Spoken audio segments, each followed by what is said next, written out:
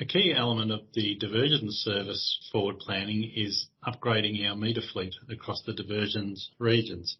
So the diversions business consists of three main divisions. The first one is regulated surface water. So it's an extraction from several of our river systems across Victoria: Ovens, King, Midamita, Goulburn, Broken, Murray, Campaspe, Loddon and Bullarook systems. And the meters that service customers across those areas vary widely from simple mechanical meters through to current electronic devices. In many cases, these meters are connected to a customer pump, and so the pump and any on-farm storage is owned by the customer, and Goulburn Murray Water is responsible for the upkeep of the meter to ensure it's working and measures accurately. The metering requirement typically kicks in when we have 10 megalitres or more annual use at a particular location. The second division of the diversions business is unregulated water. This is where we have a works and a taken use licence for individual customers. Goulburn Murray, over the last few decades, has developed local management plans in each of the areas where this occurs, which set out the rules for extraction from the unregulated streams. Goulburn Murray Water then monitors the flow regimes within those systems and applies any restrictions or rostering that is necessary to ensure equal access for all customers. Again, the metering fleet is a mix of simple mechanical devices, sometimes quite old, and in other cases, modernised contemporary equipment. The total extraction in these streams on a yearly basis is typically about 30% of the actual total volume that is held by customers. Again, the metering may not be required where there's 10 megalitres or less annual use of volume at a particular outlet. The third part of this business is our groundwater services. Again, these are works and taken use licence driven for individual customers. And across GMW's service area for groundwater, there are 17 individual water supply protection areas. These are managed to ensure, again, that extraction rates are manageable within the resource availability and that all customers have a reasonable proportional access to the water. With groundwater, we often have new variables that we don't have in streams and channels. We can have high salinity in localised areas and other minerals in the water, so that can negatively affect the performance and life of the meter. So we need to monitor that to ensure our meter fleet is in good working condition. Again, the meter fleet across the groundwater part of the business is a mix of older mechanical meters and modernised electronic meters. For groundwater, it is typical to only require metering when we get to an annual volume of 20 megalitres or more. In terms of overall usage for these different segments of the business, our regulated surface water uses about 580,000 megalitres per year over around 4,000 customer points.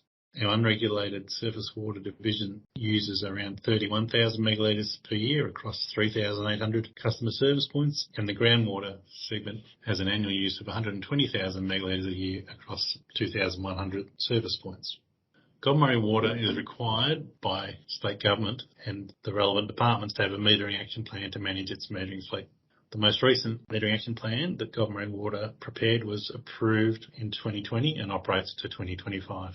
This action plan sets out Goulburn Murray Water's pathway to metering compliance goals as set out in the Victorian non-urban metering policy. The plan details the current state of our metering fleet and how compliant they are in terms of monitoring and accuracy. The meter action plan also sets out the potential for telemetry to be added to elements of the diversions fleet where that makes economic sense and where the monitoring benefits are worthwhile for ensuring equitable access to resource and to compliance in terms of use that is in accordance with entitlements. There are a number of priorities specifically spelled out in the metering action plan. These are to progressively upgrade, where appropriate, meters that do not meet current contemporary standards, to continue to improve our data integrity for our meter fleet within this part of the business, which has been challenging in the past due to the remoteness of some of these sites. Develop a business case to support the assessment of telemetry options where this makes sense, including remote read capability on those meters, and also develop a risk assessment tool to ensure we prioritise which meters are upgraded and which can be grandfathered for an ongoing period. We need to make sure that our upgrades are only applied where there's a reasonable usage going through the meter and it makes economic sense to upgrade the meter. We have an asset management plan at a higher level which details all of these needs for our meters in all parts of the business and specifically for the diversions meters fleet. How do we maintain our devices on an ongoing basis? We have an inspection and test plan, which is an annual exercise for each meter. We can do meter validation at individual sites where we have a non-compliant meter type or where there is a query about the accuracy of the meter, or when we undertake a repair on a meter so that we can ensure that once it's been repaired, it's now measuring accurately. We can also do in situ measurement where we measure the volume through a comparative device to ensure accuracy of flow measurement is taking place. This is a more comprehensive exercise to undertake, so we only do that to a small sample of our fleet just to provide comfort that the meters are measuring accurately. Some discussion points we might consider out of today. Do you understand our obligations under the metering policy and why they exist, and do they make sense in terms of ensuring customers' water use is measured accurately and ensure that customers have a proportionate access to the resource?